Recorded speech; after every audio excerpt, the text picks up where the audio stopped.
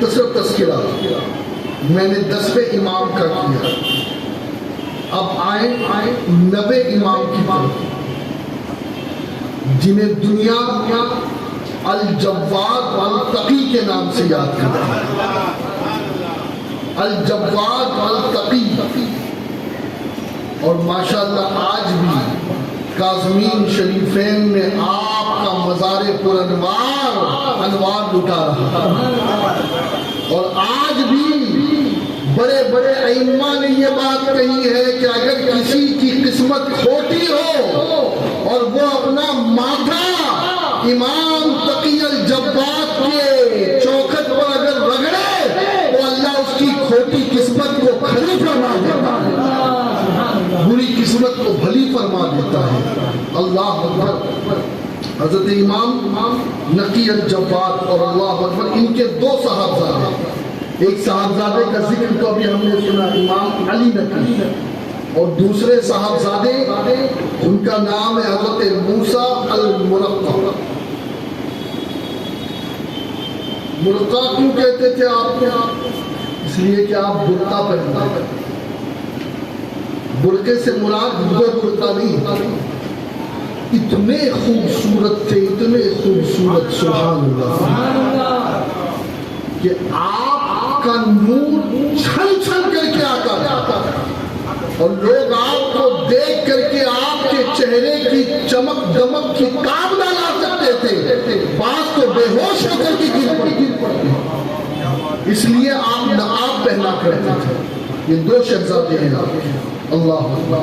اور انہی 2 شہزادوں میں سے جو امام نقی کی اولاد ہوئی وہ نقوی کہلائے، اور جو امام موسیٰ مرقع کی اولاد ہوئی وہ رضوی کہلائے، کیونکہ امام علی رضا کی اولاد ہے.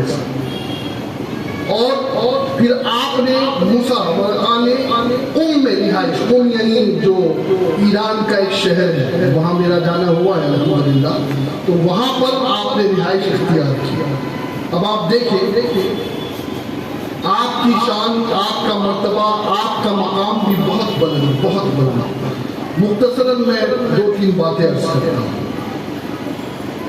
آپ کے والد کا نام علی رضا، آپ کی والدہ کا نام خزران، اور آپ کی جو والدہ تھی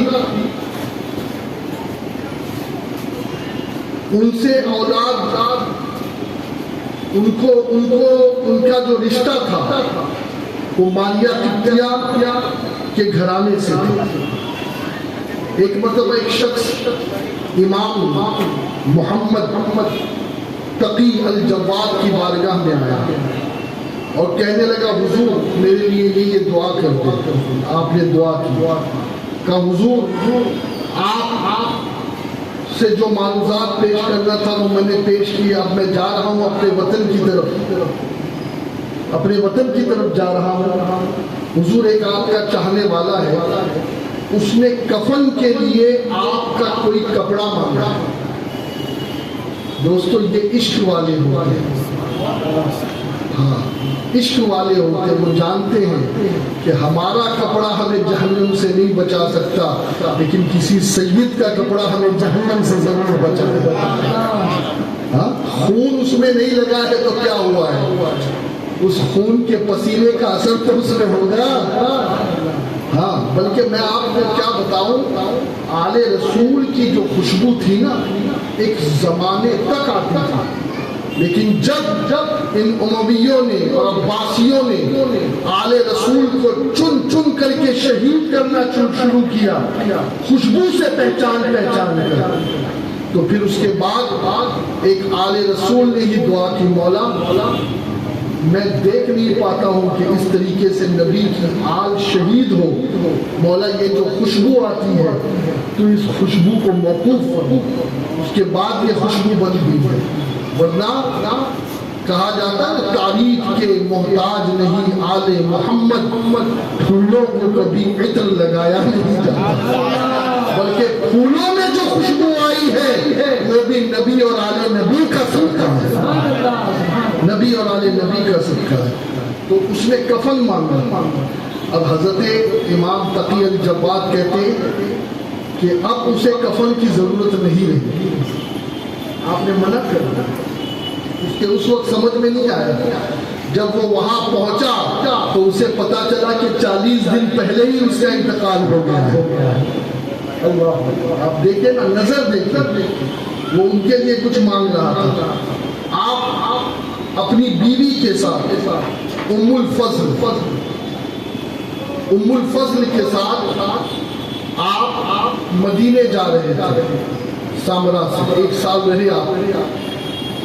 تو راستے میں ایک جگہ آپ نے وضو فرمایا تو ایک بیری کا درخت تھا جو سوکھ چکا تھا. لیکن لوگوں نے دیکھا کہ جب امام کے وضو کا پانی وہاں پہنچا تو اللہ رب العزت جل شانہ نے اس بیری کے درخت کو تازگی عطا فرمائی, یہاں تک کہ اس کا پھل بھی آنے لگا اور لوگ وہ پھل تبرک کے طور پہ کھانے لگے. بلکہ میں آپ کو کیا بتاؤں, حضرت حسن مصنع اور عبداللہ محض کی آل میں سے ایک بی بی نفیسہ گزری ہے. مصر میں آپ کا مزار ہے. بی بی نفیسہ کے بارے میں یہ ملتا ہے کہ بی بی نفیسہ کے پڑوس میں ایک یہودی عورت رہتی تھی. اسے حمام میں جانے کی ضرورت پیش آئی اور اس کی جو بچی تھی وہ اپاہج تھی. تو اس نے بی بی نفیسہ سے اجازت مانگی, کیا میں گھر میں آپ کے بٹھاؤں اس بچی کو اور جاؤں میں حمام کے لیے. آپ نے اجازت دے دی. اللہ اکبر. بی بی نفیسہ کے گھر میں وہ بیٹھی ہے. اب بی بی نفیسہ تو عبادت میں لگی رہتی تھی. آپ نے وضو کیا, وضو کر کے عبادت کرنے لگی. وضو کا پانی بہتے بہتے بہتے اس لولی بچی کے پیر میں لگا. وہ بچی کھڑے ہو گئی. سبحان اللہ, کھڑے ہو گئے. اور جب وہ یہودیاں آئی اس نے یہ معاملہ دیکھا, کہا بیٹی کیا ہوا؟ یہ کرشمہ کچھ نہیں, یہ تو بی بی کے وضو کا پانی تھا جس نے مجھے شفا عطا فرمائی. یہ گھرانہ ہے نبی کا. اللہ اکبر. تو میں عرض کر رہا تھا امام محمد تقی الجواد کے بارے میں. اللہ اکبر. ایک مرتبہ خلیفہ مامون محبت کرتا تھا, اپنی بیٹی بھی, لیکن اس بیٹی سے کوئی اولاد نہیں ہوئی. اور اس نے ایک مرتبہ آپ کے علم کو لوگوں کے سامنے بتانے کے لیے, اس لیے کہ امام علی رضا بہت کم عمری میں آپ کو چھوڑ گئے, بلکہ 9 یا 10 سال کی 9 سال کی عمر میں امام علی رضا نے آپ کو چھوڑ دیا. لیکن آپ سنیے, ایک بات سنیے, اگر بظاہر اہل بیت کو پڑھانے والا کوئی نہ بھی ہو تو فرمایا گیا کہ یہ اللہ کے حرم میں تعلیم حاصل کرتے ہیں, اللہ کے حرم میں سیکھتے ہیں. ان کے دل جو ہے وہ اللہ رب العزت کی تختیاں ہوا کرتی ہے. اب ہوا یہ کہ ایک مرتبہ آپ کے علم کو ظاہر کرنے کے لیے بادشاہ نے اپنے قاضی سے کہا, قاضی کا نام یحییٰ تھا, وہ قاضی یحییٰ بن انسم, ایک دعوت کی جائے, ایک مذاکرہ کرایا جائے, لوگوں کو بلایا جائے, لوگوں کو بٹھایا جائے. اور اس دعوت کا مقصد یہ ہے کہ آپ امام محمد تقی الجواد سے سوالات کریں. قاضی نے لوگوں کو بلایا, دعوت کی. 900 کرسیاں صرف عالموں کے لیے لگائی. 900 کرسیاں, 900. اب قاضی نے بادشاہ سے پوچھا, مامون رشید سے, کیا اجازت ہے کہ میں سوال کروں؟ بادشاہ نے کہا مجھ سے مت اجازت لو, جن سے سوال کرنا ہے انہیں سے اجازت لو. آپ نے کہا اے آل نبی, اے آل رسول, یہ آپ کے نانا کا ہی دین ہے, اگر آپ اجازت دیں تو میں کچھ سوال کروں. آپ نے کہا کرو سوال. وہ سوال انہوں نے شروع کیا حج کے حوالے سے اور وغیرہ وغیرہ. حضرت امام محمد تقی الجواد رضی اللہ تبارک و تعالی عنہ ہر سوال کا احسن طور پر جواب دیتے ہیں. سارے علماء وہاں بیٹھے ہوئے سب کی زبان پر ایک ہی جملہ احسنت احسنت احسنت. کیا جواب ہے، کیا جواب ہے، کیا جواب ہے. اب کہا کہ اب اگر آپ کے جواب ہو گئے ہو تو امام علی رضا نے کہا قاضی صاحب ایک سوال میں بھی ایک سوال میں بھی کروں. تو قاضی صاحب نے کہا کہ آپ میرے لیے دعا کریں کہ اللہ مجھے سیدھے راستے پر رکھے، اور اگر پتہ ہوا تو میں بتا دوں گا ورنہ میں معذرت طلب کروں. اس نے ادب کا، اور یاد رکھے دوستو ان بارگاہوں میں جو مؤدب ہوگا نا وہ فیض پائے گا، اور جو اپنا علمی غرور اور گھمنڈ بتائے گا تو میرے غوث پاک نے ایسوں کے سینے سے بھی علم سلب کر دیا کہ جو قرآن کی ایک ایک آیت کی 12 اور 14 تفسیر جانتے ہیں. ہاں یاد رکھیں ان کے پاس دونوں طاقتیں ہیں، یہ عطا کرنا بھی جانتے ہیں اور لینا بھی جانتے ہیں. ہاں اب آپ دیکھیں کہ آپ نے کہا کہ میں سوال کروں، کہا جی حضور کیجئے سوال. اگر آیا کہا ایک آدمی ایک عورت پہ نظر ڈالتا ہے، صبح نظر ڈالتا ہے تو عورت حرام ہوتی ہے، فجر کے بعد نظر ڈالتا ہے تو عورت حلال ہو جاتی ہے، ظہر میں نظر ڈالتا ہے تو عورت حرام، عصر میں نظر ڈالتا ہے تو عورت حلال،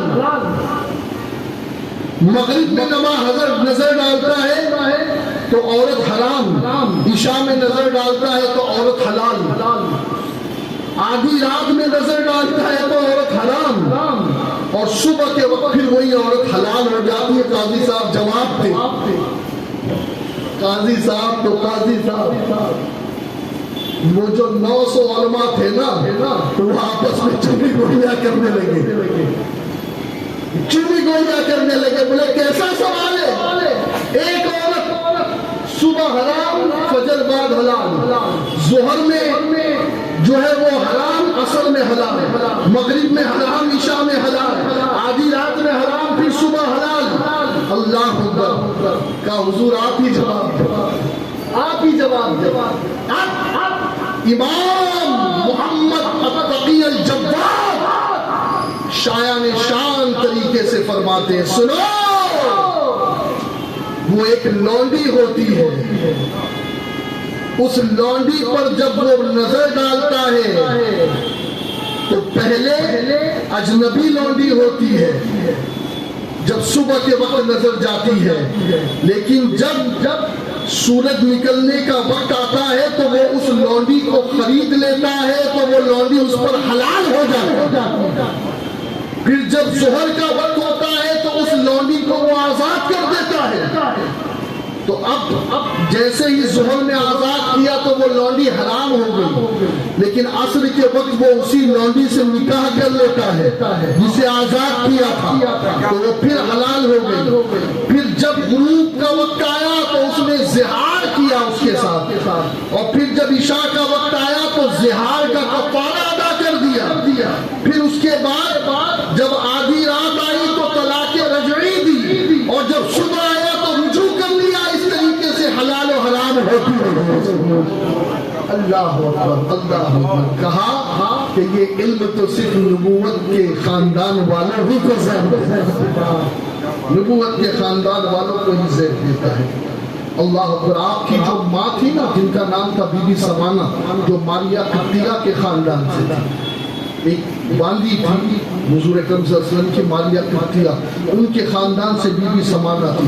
اور بی بی سمانہ کے بارے میں یہ ملتا ہے انہیں آپ کی ماں کے بارے میں، علی رضا کی زوجہ کے بارے میں، کہ بی بی سمانہ وہ عورت ہے کہ جو کچھ مخصوص دن ہے اس کے علاوہ آپ نے زندگی بھر روزے رکھے اور زندگی بھر عبادت کی، ایک لمحے کے لیے بھی اللہ کی نافرمانی آپ نے نہیں کی. اللہ اکبر کبیرہ. آخری بات کیا عرض کر کے میں گفتگو کو ختم کر دوں. آپ دیکھیں کہ یہ جو 90 امام ہیں آپ کے دور میں ایک شخص کو عراق میں، شام میں محمد بن عبد الملک الزیات نے قید میں ڈالا،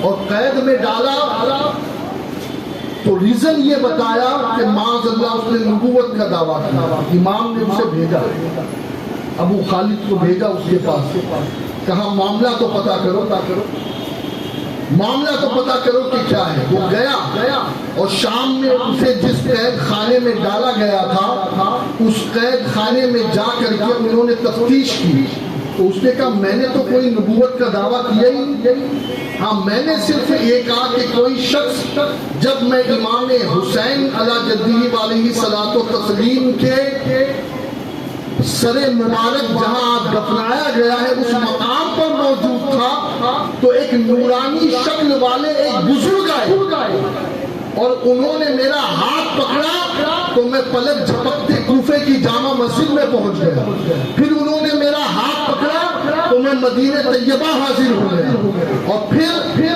میں نے رسول اللہ کی بارگاہ میں سلام پیش کیا، نمازیں ادا کی وہاں پر، پھر انہوں نے ہاتھ پکڑا تو پھر میں مکے پہنچ گیا، میں نے اس نورانی بزرگ کے ساتھ طواف کیا، نمازیں ادا کی، اور پھر اس کے بعد جب وہ مجھ سے جدا ہوئے تو دوبارہ میں مسجد شام میں آ گیا۔ میں نے تو صرف اتنا کہا پتہ ہے وہ کون تھے؟ ابو خالد نے ان سے پوچھا، کہا نہیں اس وقت میں نہیں معلوم کر سکا، لیکن دوسرے سال جب وہی دن آیا اور میں امام حسین کے سر اقدس کے مدفن کے پاس موجود تھا، اب جب وہ بزرگ آئے تو انہوں نے دوبارہ میرا ہاتھ پکڑا تو وہی چنگر، اور جب وہ جدا ہونے لگے تو میں نے پوچھا حضور آپ کون ہیں؟ تو کہا میں محمد بن علی رضا ہوں، محمد بن علی رضا۔ یہ ہے آپ کا تصرف، یہ ہے آپ کا تصرف۔ اللہ تبارک و تعالیٰ ائمہ اہل بیت 19 رمضان 195 جمعہ کے دن آپ کی ولادت ہوئی، اور آپ مدینہ طیبہ سے 220 میں واپس تشریف لائے، اور آپ کا جو مزار مقدس ہے وہ بغداد شریف میں آپ کے حوالے سے بھی یہ ملتا ہے کہ آپ کو بھی زہر دیا گیا۔ آپ کا مزار مقدس آج بھی حضرت امام نقی الجواد کا مزار شریف آج بھی کاظمین شریف میں عراق میں موجود ہے، اور آپ کے ساتھ حضرت امام موسیٰ کاظم کا مزار شریف ہے۔ انشاءاللہ کل کی گفتگو میں امام علی رضا اور امام موسیٰ کاظم ان دونوں بزرگوں کے حوالے سے ہم خراج عقیدت پیش کرنے کی کوشش کریں گے۔ اللہ ہمارے اس جملے کو ہمارے لیے نجات کا ذریعہ بنا دے، اور اے امام آپ گواہ رہنا، ہم ان لوگوں میں سے نہیں ہیں جنہوں نے آپ کا حق چھپایا یا آپ کی ذات کو لوگوں کے سامنے بتانے سے گریز کیا۔ ہم ان لوگوں میں سے ہیں کہ جتنا ہو سکا ہم نے آپ کی شان لوگوں تک پہنچائی۔ آپ قیامت میں ہماری سفارش کیجیے گا۔ وما علینا الا البلاغ۔